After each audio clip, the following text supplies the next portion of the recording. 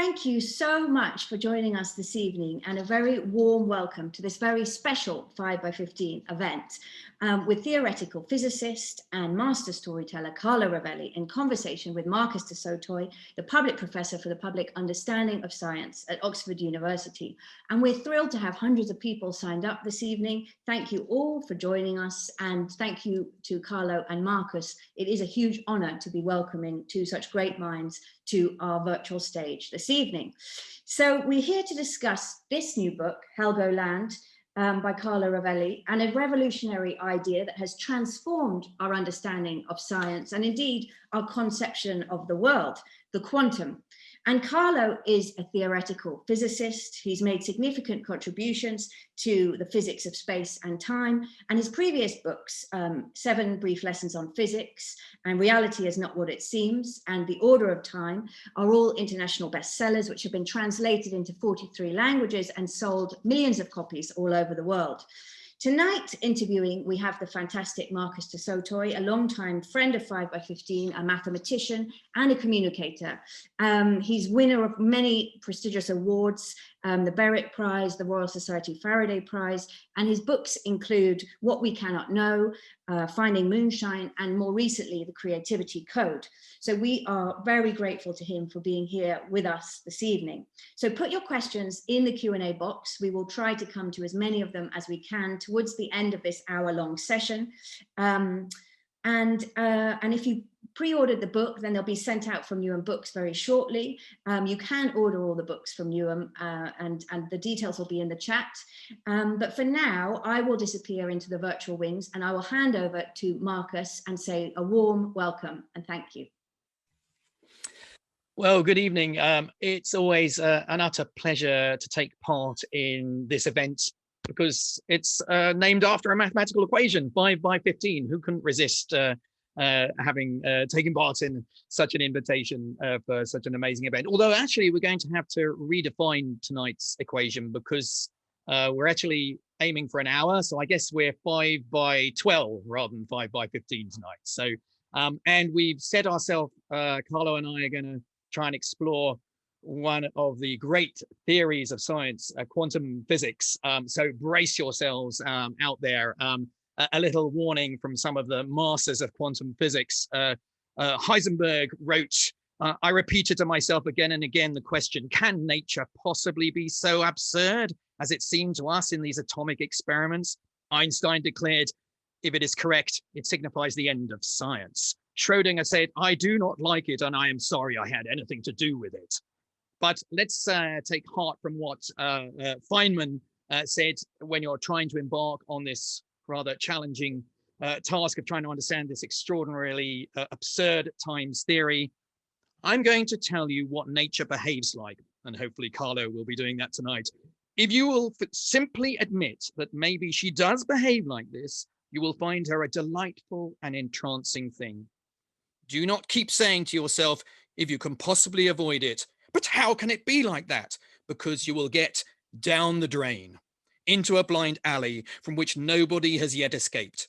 Nobody knows how it can be like that.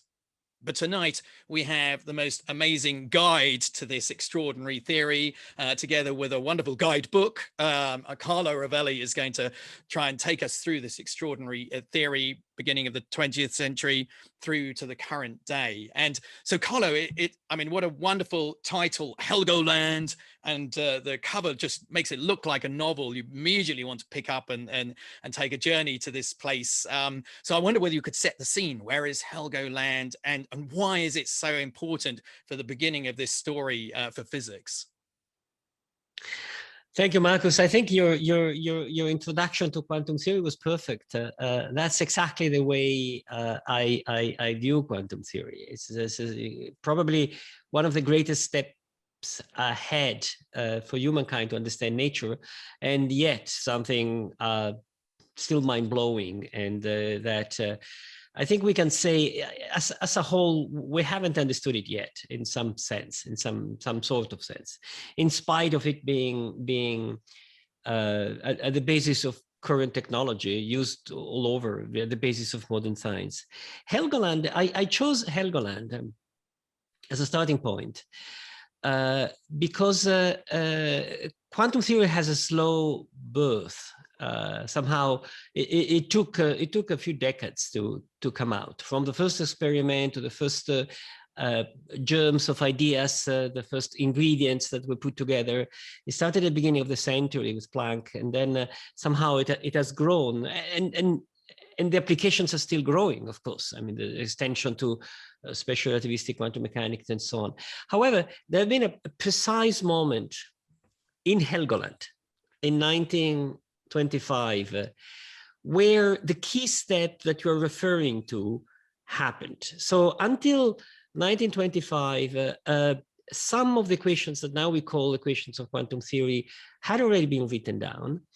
And some of the strange fact of natures had been observed, and physicists were working on that. In fact, Bohr in Copenhagen in his group was already able to predict properties of atoms that had not been observed yet using quantum ideas. He got the Nobel Prize for work done before that on quantum ideas.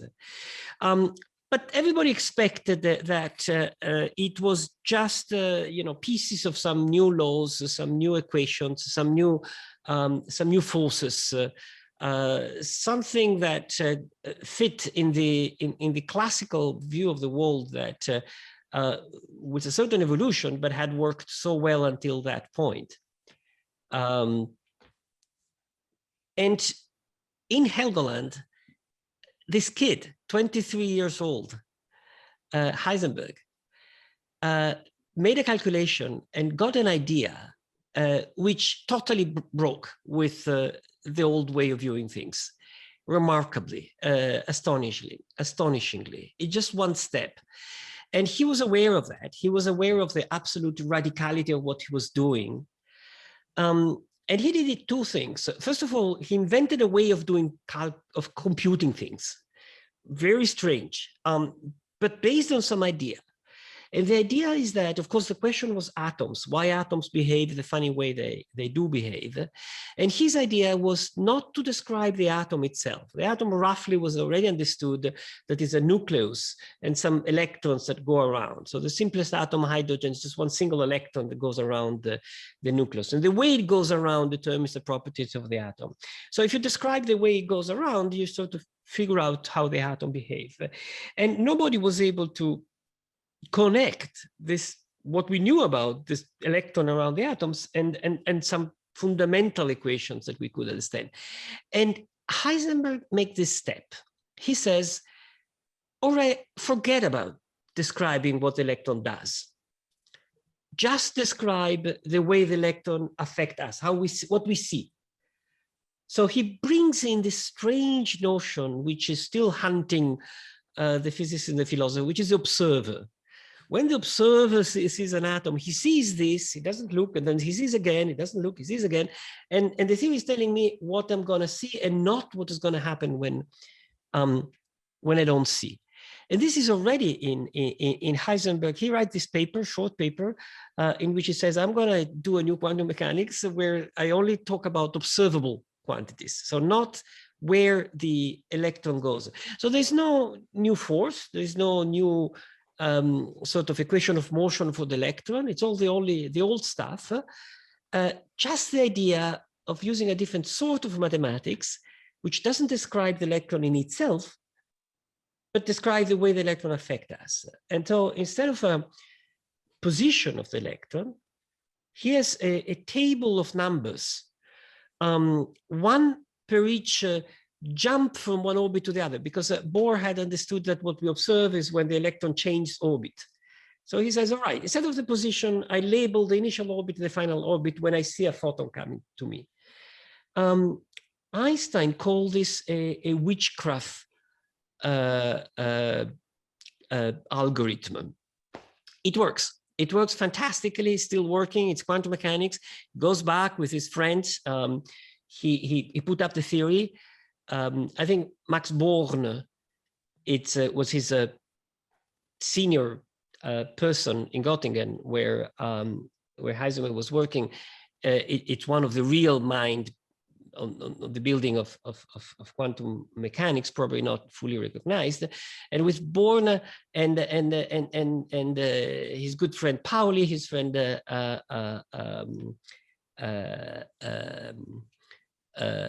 Jordan, and independently in the UK, the Iraq, this new theory comes out. It's 1925. There's a new mathematics, strange, absurd. As you say, how can nature be so absurd? But it's the basic of all modern physics, so to say. And here we are, 100 years later, trying to understand what the hell did this guy understood in this island.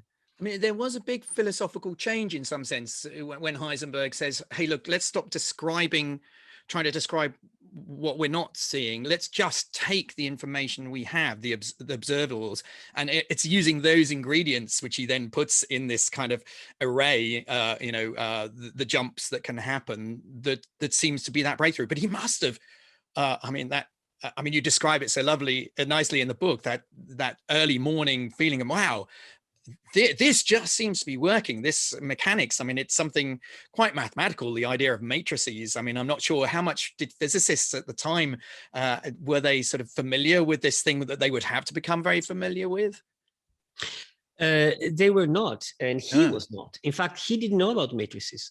Amazing. Gosh. He came back, and it was Jordan. It was another student of Max Born, who was a mathematician, who basically knew something about matrix theory. It's quite funny because at the university today, everybody studies linear algebra. And we're sort of told that linear algebra is such a basic thing that it's obviously the basis of everything. Vectors, matrices, linear transformations. Nobody studied linear algebra 100 years ago in Germany, in the UK. He didn't recognize that his multiplication is the standard multiplication of matrices. So he just added labels. He had variables with discrete labels. So instead of X position, he has X with some little indices, 1, 2, 3 below, and he was computing with that without exactly knowing what he was doing. And the point was, can I calculate, sort of simply replacing variables with these tables of number, can I calculate a quantity? What she actually wanted to compute is the orbits of Bohr, the discrete orbits that experimentalists had discovered, and was completely incomprehensible. The electron around the atom can have this special orbits. Niels Bohr had understood that what you see is just jumps from one orbit to the other. But why these orbits? Why these jumps? So what he does, which is spectacular, is just take the standard equation of physics, not new equations, just the old equation, the electric force that attracts the electron to the atoms. And with those equations, he wants to compute this special orbit. Of course, he cannot, it's too difficult. So he simplifies the problem, an analogous problem in simpler, where you would expect an analog will happen, and use this matrices to compute things, and it comes out all right. So he's so excited, and in fact, it doesn't come out all right because he's too excited. So he starts making mistakes in the calculation. So he makes mistakes, he goes back, he gets more excited, he corrects the mistake, gets more excited, so he made more mistakes, and he goes deep in the night. He tells that in his story, until sort of 3 o'clock in the morning, he says, and he gets to the final calculation, and bingo, he gets exactly the energy levels that experimentally somehow was expected. So he realizes that here it is, I found some secret of nature. And it's true, he has found the secret of nature. Yeah, I think it's one of those stories when you tell it, you think, gosh, I would love to have been there, or I'd love to, those are the moments that we all hanker for as kind of scientists, I think. Yes, and let me just add one thing. Yeah, sure, yes. 3 o'clock in the night, he doesn't go to sleep at this point. He goes out. He climbs a rock, because this is a little island, very rocky, windy, no vegetation. He goes up in the night and wait for the sunshine to come up over the ocean, immersed in this emotion of having been the first in humankind, having seen something deeply new about nature. Perhaps we'll go from Helgoland to the top of the Alps next, where another scientist makes a different discovery, which we find out is the same in the end. But perhaps you could give us a little inkling of Schrödinger's kind of take that he discovers whilst he's there with a lover, I seem to remember. What's Schrödinger's kind of take on how to understand what's emerging here? This is 1 year later. We're in 1926, and Schrödinger is still young, not as young as Heisenberg, but still very young. I mean, a few years later, they all go to get the Nobel Prizes, accompanied by their mothers. Just to say, there's this beautiful picture of all these young kids, getting a Nobel Prize with the mother around. Fantastic. Right. So. Schrödinger, it has a similar step, very similar, very different. He also is in a very strange situation. He's not in a physics department. Schrödinger is a funny character. He's always being, how would I say, in love with women and many at the same time, and managing in this way all through his life. I think we chucked him out in Oxford for being far too racy at the time. So that's right. That's right. You guy didn't. No, he couldn't cope. No, he couldn't cope. In spite of British sort of unconventionality, he was too unconventional. Yeah. So anyway, he was there with a lover. He went to the mountains with a lover, a young woman from Vienna whose name is still unknown. It's mysterious who is this woman who was with him. An old friend. That's what he referred to at some point. And somehow during they had a cottage in the mountains and spent some time there. And he came back with a new result. Which is something in common with Heisenberg and something different. And somehow this fact that there's something common, something different, can be seen as capturing the entire discussion about quantum mechanics, which is still going on 100 years later. Because he also could end up computing the same thing that Heisenberg was able to compute. But instead of just thinking about observables, he did something else. He also had the idea that we should make something completely radical and to forget about the electron and the force. And it's not just another force. It's not just another equation of motion for the electron. The electron is really something else that we didn't think about before.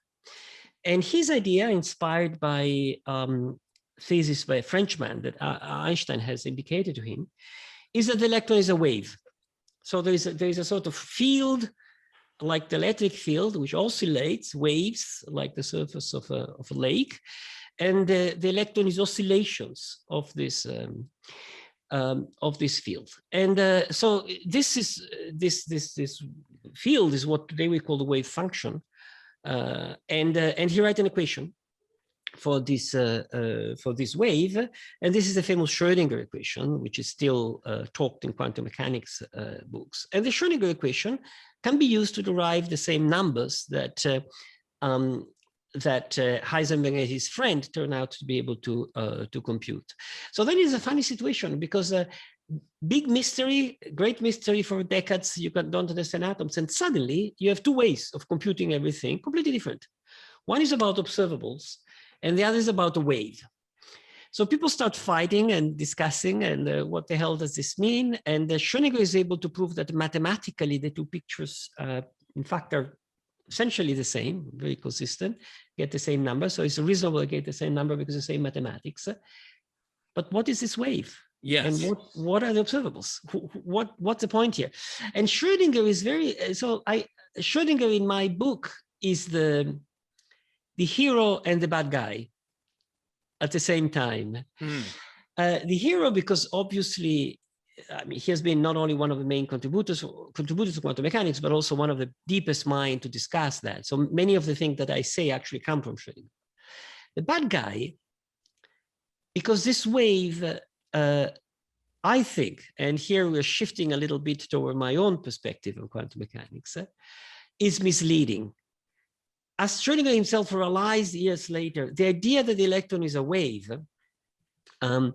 it's very misleading, and it misleads our imagination. The reason is being very simple. Of course, there's something wavy, and the electron is not in a point. In some sense, it's all over, like a little wave. Around the atom, there are these orbitals that we see in chemistry book, which is where the wave is excited around the atom, just funny shapes. But every time we see the atom, the electron, we don't see a wave, we see a particle. So when the wave arrives on a screen, it's just in one point. So it's not that the wave solves the mystery of quantum mechanics, it's the other way around. The wave rephrases the history of quantum mechanics. If there's something waving, why, when this arrives on a screen, just this big wave, boop, collapse in a single point? And that's another way of rephrasing the same mystery, because the screen here is like the observer. Yeah. When you observe it, boom, something different happens. So once again, the theory tells you what happened when somebody observed the wave, or observed the electron, or observed the phenomenon. What is the observer? And so what is this a wave of? Because I guess probably physicists at the time felt much more comfortable with things that are waves. You know, they know about equations of waves, electromagnetism, things like that. When they saw Schrödinger's interpretation, that must have been the one they were drawn to. But then we start to see, no, this isn't a wave. And in fact, Ronan in the questions has already sort of asked, is the wave function of Schrödinger's equation a mathematical tool to understand quantum particles? Or is it something which exists in reality, like the electromagnetic field? So I think that question is already getting to sort of what is this? And you know, I think that there's suddenly a realization, no, this is almost like a crime wave, or you compare it sometimes to the weather forecast. It's a forecast of what might happen. Perhaps you could explain a little bit about what this wave really is. That's the core of the matter. That's the core of the current discussion of how to think about quantum mechanics. And the reality is that we have different options. There are different options on the table. And these options take us in different directions. And to simplify drastically, I mean, we're not doing a full course on the interpretation of quantum mechanics. The option is to think that the wave is real. That's what it is. There is a wave there. And then to come up with a story. Why do we see it in the electron in a point? And that's one option. And the other option is to say, no, that's misleading. I mean, the wave is like the weather forecast, as you say. It's not that if a weather forecast tells me that tomorrow there is 20% chance of snow, which is the case here in Canada. Tomorrow there is 20% chance of snow, unfortunately, and 30% chance of rain, and 80% chance, or whatever, 60% chance of sunshine. It doesn't mean that tomorrow there are all these things together. It means just, you know, one of the two is real and the other is just my calculation because I don't know for some other reason. I am in favor of this second interpretation of the wave. The wave is not real. And I think that, Marcus, as you said, in the 20s and 30s, the physicists were very familiar with wave equations, differential equations, you know, Maxwell equations, heat equations, and so on and so forth.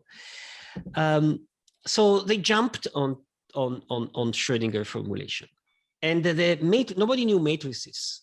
And in fact, if you do things precisely, these matrices are infinite dimensional matrices. So funny, horrible things. And it took big mathematicians like von Neumann to come out and put all this in order. And there's, you know, trace class operators, von Neumann algebras, or heavy mathematics, which everybody hates. The physicists use mathematics, but many physicists hate mathematics. Sorry, you're a mathematician. You know that. So they went to the mathematics that it was familiar, which is, you know, waves. Okay, wave, we understand. So everybody had in mind that quantum mechanics is about a wave, and that, in my opinion, leads to this, to the view of quantum mechanics as a theory of the wave function, which is very misleading. It's not impossible, but it takes you in strange places. And let me tell you where it takes you. The wave arrives at the screen, okay? So in some sense, the electron is here and also here and also here and also here. It's everywhere. So now you, Marcus, look at the screen and see the electron in one point. Okay, how is it possible? Well, Here is a wave answer. If you believe in the wave, you have to say the following. You, Marcus, are also a wave, a big wave, okay? So your wave now has many components. In your wave, there's a Marcus that has seen the electron here, a Marcus that has seen the electron here, a Marcus has seen the electron here. So if you believe in the wave, now you have to believe that there are many copies of yourself that wave out, that spread out in the space of possibility, and they're all real. And this is the called many world interpretation of quantum theory. It's a viable interpretation. It's in the sense that it's not contradictory in itself, and it's not contradictory what we observe. But if we go that way, we're saying, okay, so quantum mechanics is telling us that we're just sitting in one branch of a huge thing in which there are all sorts of copies of ourselves seeing something else. And just to say that this, what you've just described, that particular model, I mean, some people who've encountered quantum physics know that there's a kind of probabilistic element to it. You've just managed to remove with that particular story, you know, there's no dice now rolling to decide which one's happening. This is a kind of interpretation which is trying to say, no, I mean, in some sense, everything happens, and my consciousness, I suppose, is split, and I'm sort of will see one, but there'll be many of me seeing others. I mean, it seems a very sort of expensive theory in a way, because I've got to have so many. You're absolutely right. There's no probability anymore. Or the probability is your lack of knowledge. You don't know which one you are among the many ones of you, right? Yeah. And you see one thing because you happen to be there. Okay. I mean, if I look around, I see Canada because I happen to be here, not because Canada is preferred by itself.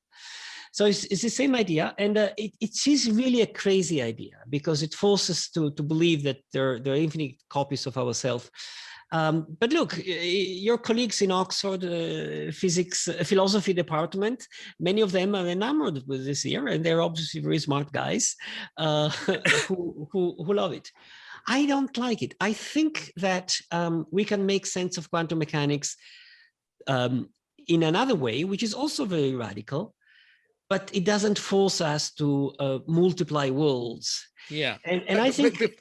So just before, I mean, I'm quite interested because it seems like your sort of take is, yeah, no, we must think that there is some kind of roll of the dice which decides. I mean, yeah, people might have heard of this thing, the collapse of the wave function, which in a sense is when that observer makes it, there's a roll of the dice, and somehow whether it rains today or not, you know, where the electron appears. So that you're going for that kind of direction of, yes, there's a exactly.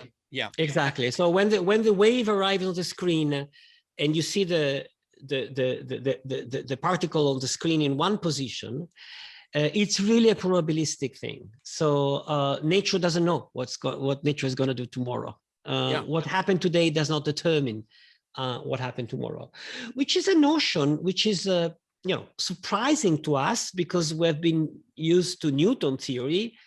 Yeah, or not even Newton theory, because Newton believed in the rearrangement. Sort of yes, but he thought there was an agent. 18th century evolution of Newton theory, where Laplace. But I suppose if we come to Laplace, you know, Laplace said, Laplace, you know, right. the current setup of the universe determines the past and the future. But I mean, in this model, I mean, it's very challenging that, you know, I think as a mathematician, maybe I really are hankering after determinism, because I chose maths because I love proof and knowing exactly when something's right. And this part of the story really unsettles me. I think I'm quite drawn to that many worlds, because I'm looking for any way to get rid of some randomness. I mean, that just feels like, oh, but are you happy with that? Do you feel that is how the thing is, or just that's a very good, I mean, in a sense, you know, I've got a dice here. We had a randomness model. Of course, we could do very careful physics on that and work out how it lands, but that's not a very good way to model what happens on the craps table. I mean, do you think it's genuinely random, or it's just this is the best tool and we may never know? I mean, and in fact, I think in the book you say, you know, it's open whether it's going to be genuinely random or not. I mean, yeah, I'm in favor of genuinely random, but let me articulate better the point here. We are not asking what's the ultimate truth. That's a bad question. Because if you're asking what the ultimate truth, I mean, come on, do you know? No, I mean, I don't. Does anybody know? What are you saying? Well, actually, I can read in the mind of God that the ultimate truth must be determinism. And then, but come on, I mean, what do you know? I mean, as Bohr was always telling Einstein, I mean, let the old guy decide by himself. Why do you want to teach him how to arrange the world? So I think if we put in terms of the ultimate truth, we get confused and we risk to do a mistake, which is to, we get to good ideas and we hang on to these good ideas and we want to, and that's why I was thinking determinism is a recent idea historically. I understand why you like it so much. You're a mathematician. I obviously understand it too. But, if you had told any human before Laplace, you really believe that the present determines the future, he would have said, no, why? I mean, just throw dice and I got an idea, something fall from the sky. It's even stronger than that, because in special relativity, the past, it's a funny notion. What you mean by past is careful. So we think it's a time slice, another time slice, but in special relativity, this is not determined. You have a point, you have a cone, and that's a past. And then, of course, the future of that point is not determined by that past because, new things come in, very, very simply. So determinism, it's a great result of classical mechanics. It's completely ideal because in reality, there is chaos, and doesn't mean that you can predict things, because most systems, whatever your accuracy of knowing the present, you can always find a time where you just get lost and you can't predict anything. So it's really an idealization, determinism. And the fact that studying atoms down there, we find that things are not deterministic, but things that can be deterministic because of the law of large numbers, because the probabilities that go, if you throw your dice many times, you can predict that the number of head, the fluctuation becomes small relatively to the number of thrown. That's possible. I don't find this disturbing. So I find it less disturbing than thinking there are infinite copies of myself. Yeah. Now, I want to get to the heart of the book, which in some sense is the kind of revolutionary part, which is, a quite recent interpretation of quantum physics, which, you've been part of this story. In fact, initiated the story is, I think, Everett, you credit as Hugh Everett, who was the many worlds, has sort of started to think of this idea, something called relational interpretation of quantum physics. And if in some sense, one of the challenges is, hey, what is this observation that's going on? And, one person observes it, but what about when another person looks at it? I mean, perhaps you could give us some insight into this new way of looking at things. And I think when you talk about Schrödinger's cat, that for me was really made me see that challenge of Schrödinger's cat in a new way, which kind of just made the thing make a lot more sense than it ever has done before for me. Yeah, thank you. So the relational interpretation, I've worked on it. I mean, there have been many developments by other people. Several philosophers have contributed to it. It's it's a definitive alternative to many worlds. And the main, as you said, the main idea is, no, there is really a probability. I mean, when I look at the electron, it's really either here or there with a certain probability. But let me tell you what is a core idea. I'll tell you this way. I'll tell you what is wrong. Okay, what is wrong is the following. This is wrong. The theory of quantum mechanics is telling me what we observe. So when my mind sees something, something happened. So the electron is collapsed when my mind sees it. So that something happens when there is a mind of a human or a physicist, I don't know, a white physicist, a man physicist, somebody with a PhD of Oxford. The mistake here is the mind, or the special observer. And the way I have to, the best way I found to present it is to go back to an observation by Bohr, who was a big father of all the story of quantum mechanics, in which, after all Schrdinger, Heisenberg, he tried to capture the core story. And he said, in a laboratory, a quantum system, when we talk about its properties, we always have to talk its properties relatively to the measuring apparatus. So if there's one measuring apparatus, there are some kind of properties. If it's a different measuring apparatus, there are some kind of properties. The property by itself make no sense. They only. Now, he was right. He called this contextuality, and is a word which is used to mean this. I'm going to describe a quantum system, an atom, in the context of a measuring apparatus. But at the time of Bohr, it was only laboratory stuff. Now we know that quantum mechanics is good in the star, in the galaxies, in the early universe. We know quantum mechanics is good all over. So it's nothing to do with laboratory. It's nothing to do with measuring apparatus. But, and this is a key point, it has to do with whatever is around and the atom is interacting with. So if there is an atom on Venus, which is interacting with a rock, the properties of the atom relatively to that rock, which is interacting with, make sense. Or relatively to some, I don't know, electric field on Venus, it's interacting, it makes sense. But the property of atom by itself do not make sense. So there's no observer here. There's no mind. There's no human being. There's no person with a PhD. There's no laboratory. It's property of object relatively to something else.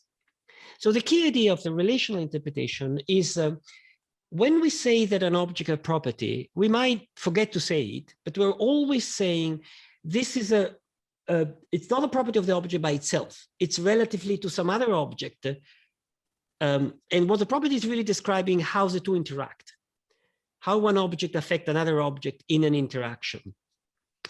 And this is sufficient to take us out of the woods, because there's never a collapse of the wave function, if you want, is that when the electron interacts with the screen, it has a specific position.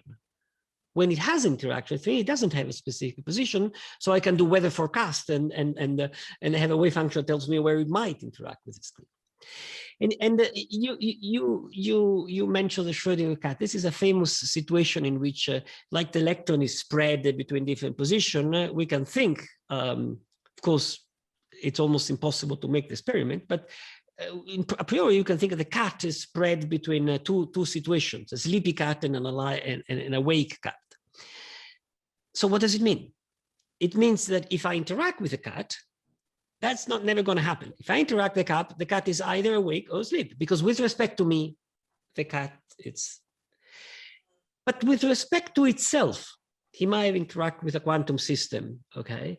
And in my mind, I can think, look, quantum system could have been this way and this way, so it's like the cat is in both positions, okay?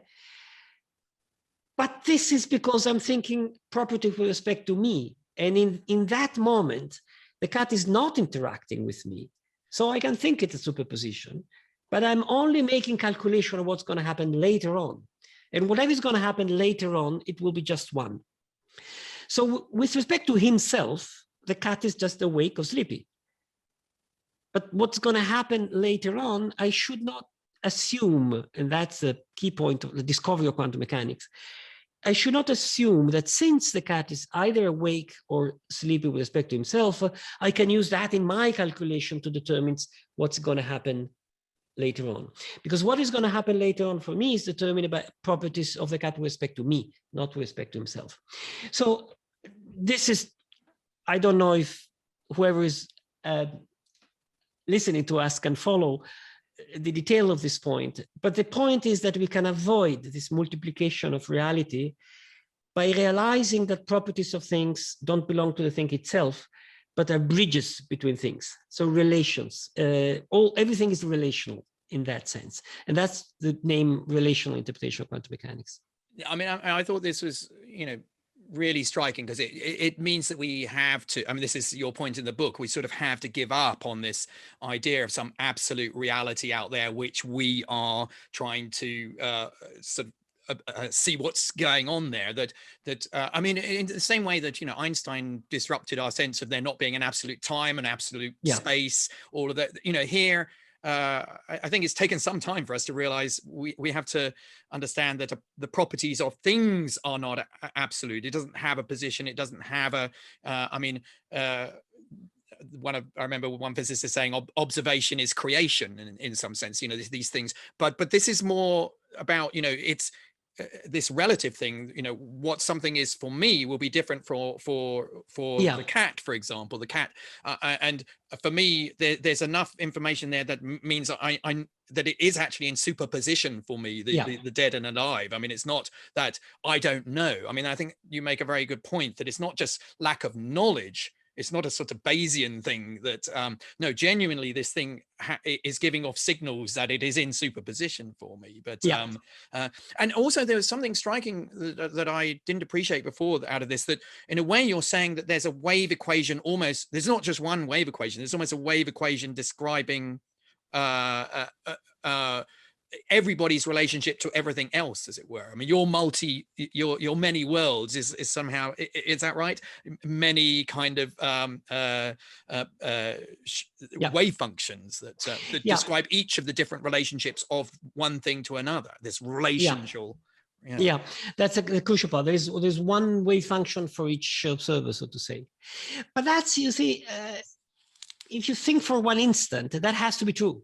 That's necessarily true, because look, it's going to be true also in many worlds. It's going to be true in any interpretation of quantum mechanics, because look, now people make these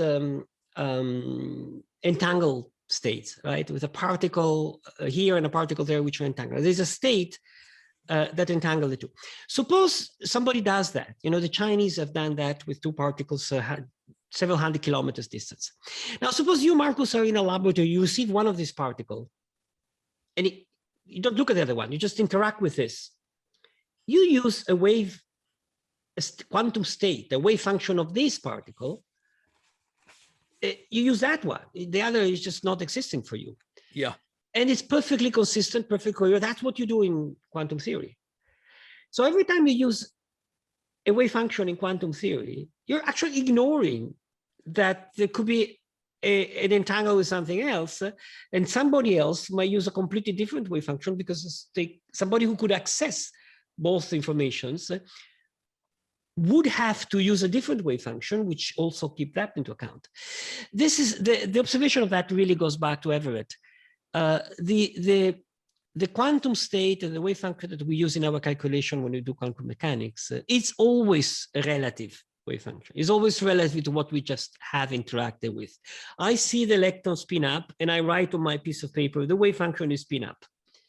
But this doesn't mean that another observer is not in the possibility of, you know, having a more complicated wave function where there are correlation with something else. So yes, the wave function itself is relative. Yeah. Because the and the properties are relative. And you know, relative properties are not they're always hard to digest, but they're very common. And the quintessential relative quantity is velocity.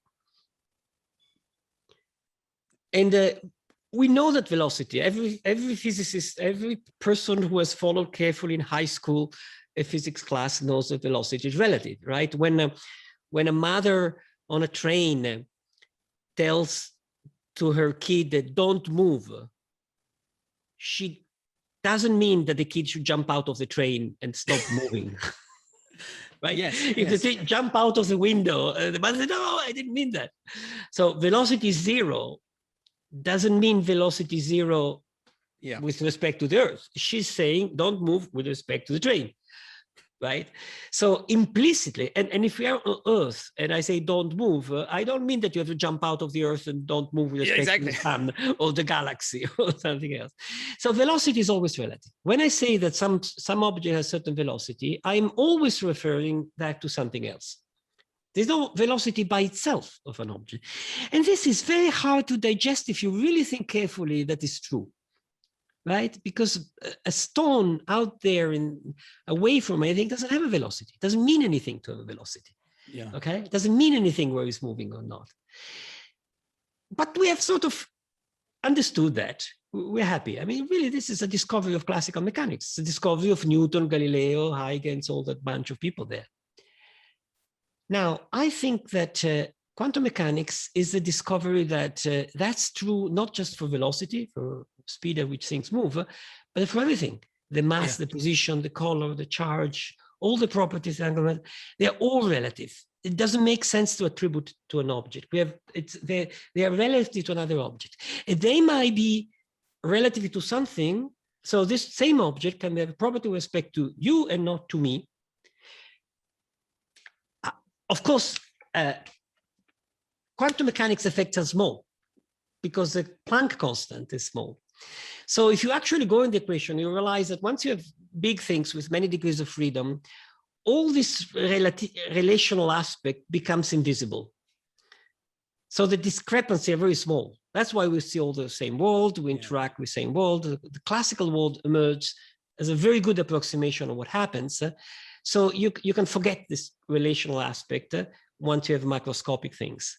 But as soon as you isolate things and look at the detail, you discover that you cannot attribute properties to object anymore. You have to remember that properties are relational. And that's the relational interpretation of quantum mechanics. And I think that if one buys that, the theory makes sense. I don't know whether you've heard this idea that every book, if you look on page 69, it basically tells you the essence of the book. But yours actually works quite well, because on page 69, it says the discovery of quantum physics, I believe, is the discovery that the properties of any entity are nothing other than the way in which that entity influences others.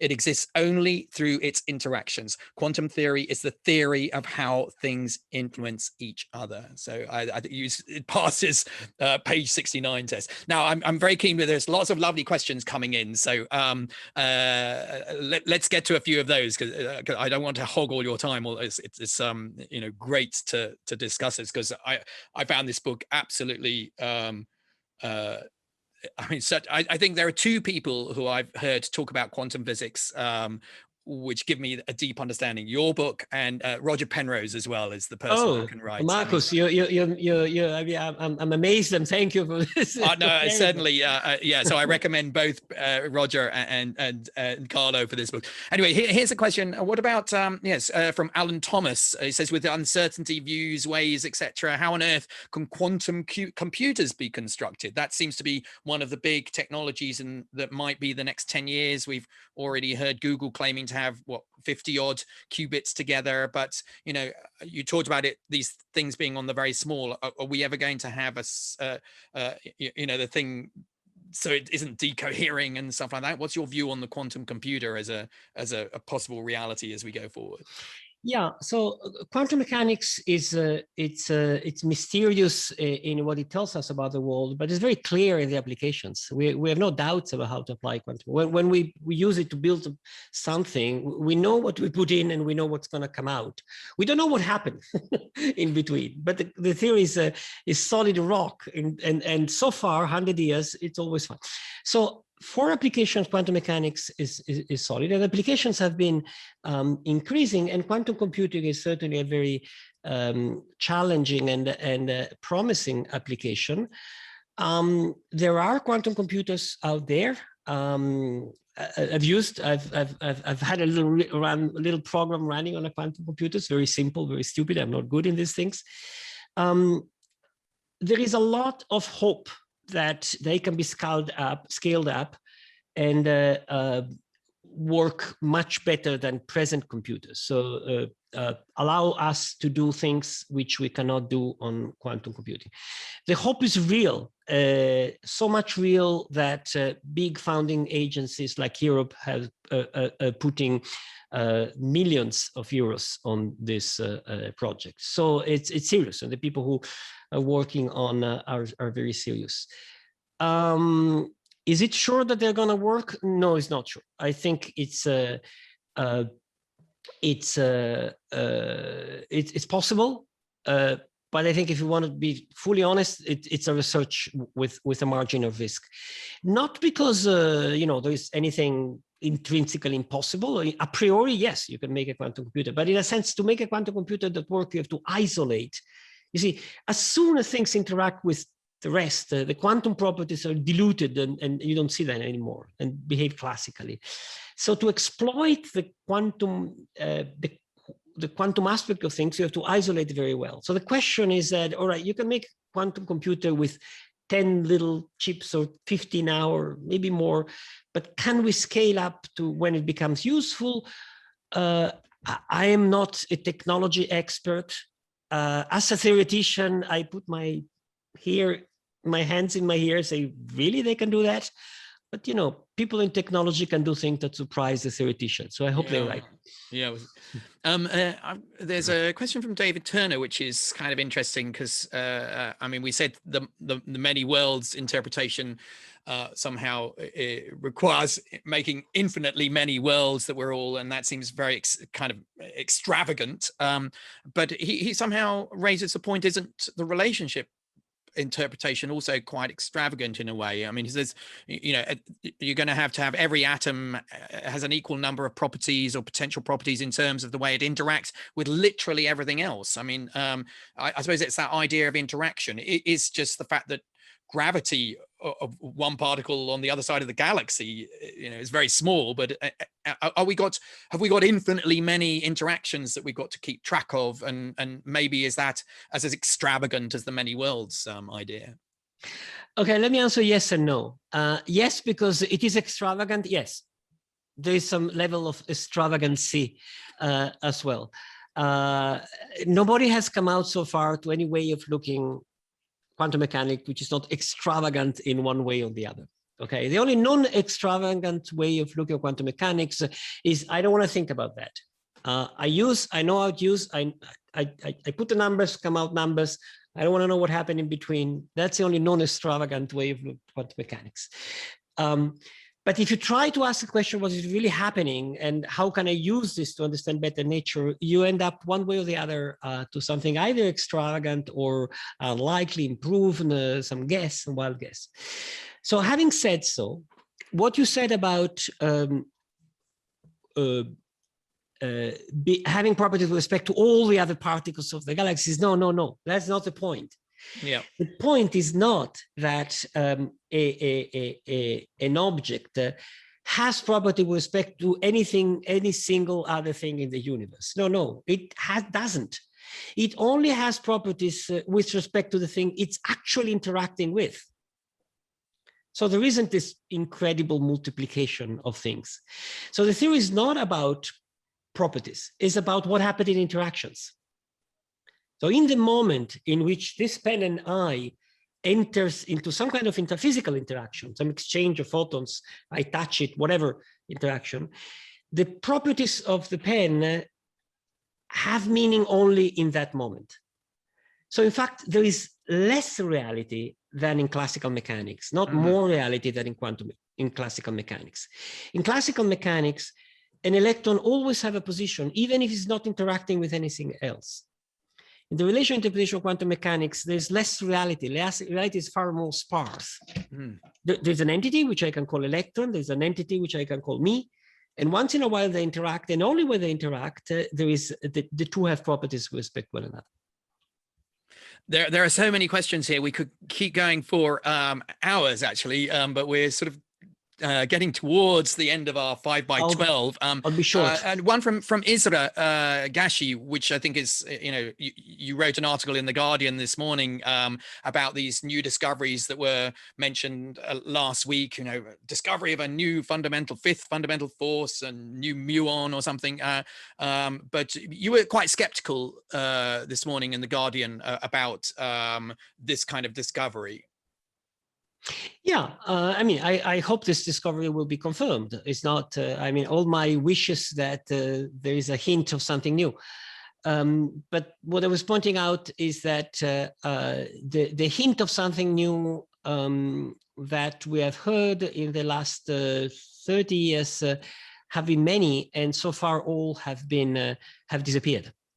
So, and if you talk to the physicists, the experimentalists, the theoreticians, you sit down and say, well, explain me exactly what's going on. That's exactly what they say. So it's not that I'm saying something really controversial. Is that when every time there's an excitement, or maybe we've seen something new, and it goes to the newspapers, and the caution, it disappears when it gets to the first page of the Guardian. And I compare that to the fact that the actual confirmed great experimental discoveries, like the Higgs, the black holes, the gravitational waves, quantum entanglement, they're of different kind. They're not really something new. It's something that we see new, some astonishing phenomenon, but something which is predicted by our theory. So nature is has been remarkably conservative in the last decades. Nature has been telling us, you were right in what you thought in the 70s, and all your speculations after that, for the moment, they're all wrong. Just a last one.